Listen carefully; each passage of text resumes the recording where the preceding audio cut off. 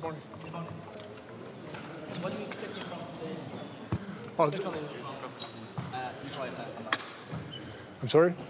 What do you expecting from today's meeting, especially on Israel-Hamas war? Well, I anticipate we'll receive an update on the situation there. It appears to be, continues to be quite volatile, and I'm sure we'll receive an update. And also, there are a number of steps that we are all taking, every nation is taking, in order to secure the safety of their citizens who are currently in Israel.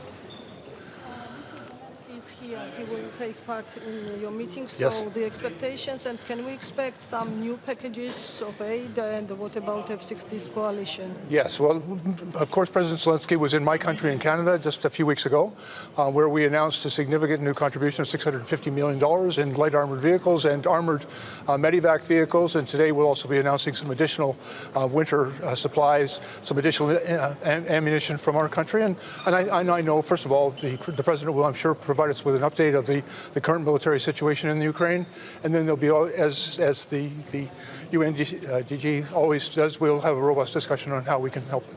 Minister, the question about,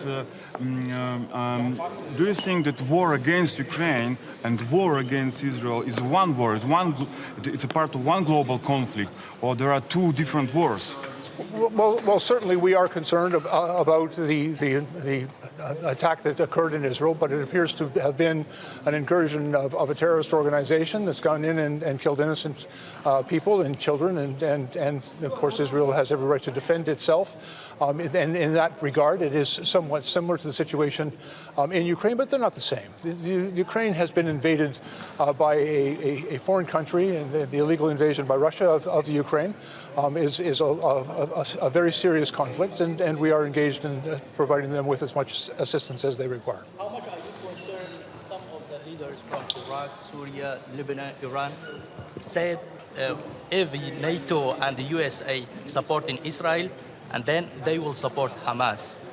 Well, I'm sure that there are all sorts of, there's a great deal of work going on diplomatic channels. I know my country is involved in some of those diplomatic discussions.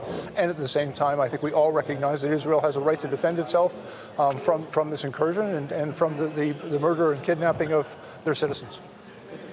Sweden is not part of the alliance yet. What importance does Sweden have for the defense of Northern Europe?